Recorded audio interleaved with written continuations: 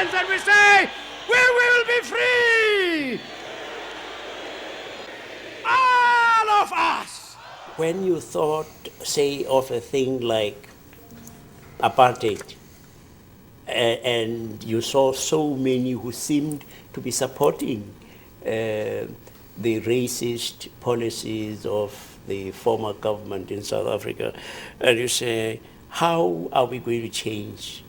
Well, I always say to people, remember, the sea is actually made up of drops of water. That what you do where you are is of significance. It may just be that your act of courage encourages someone else who was slightly more apprehensive. If you think you can stop us from becoming free, you are going to be stampeded. For until blacks are free, no one in this country is going to be free. He was in New York City this morning when he heard the news that he had won the Nobel Peace Prize. This award is saying that it recognizes that we in the South African Council of Churches are those who stand between South Africa and catastrophe. I held on to non-violence in very large measure, I think, for strategic reasons.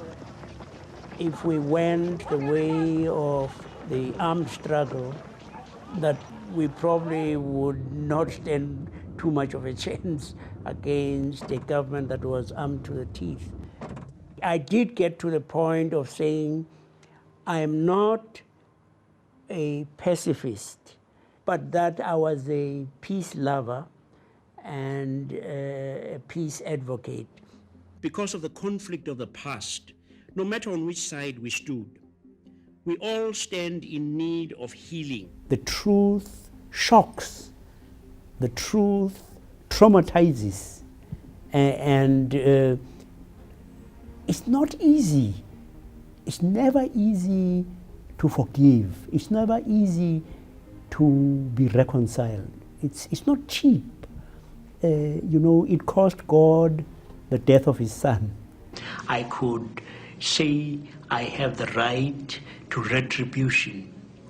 When I forgive, I say I jettison that right and I open the door of opportunity to you to make a new beginning. When you show compassion, when you show caring, when you show love to others, do things for others in a wonderful way, you have a deep joy that you can get in no other way. You suddenly feel a warm glow in your heart because you have, in fact, wiped the tears from the eyes of another. He loved. He laughed. He cried. He was forgiven. He forgave.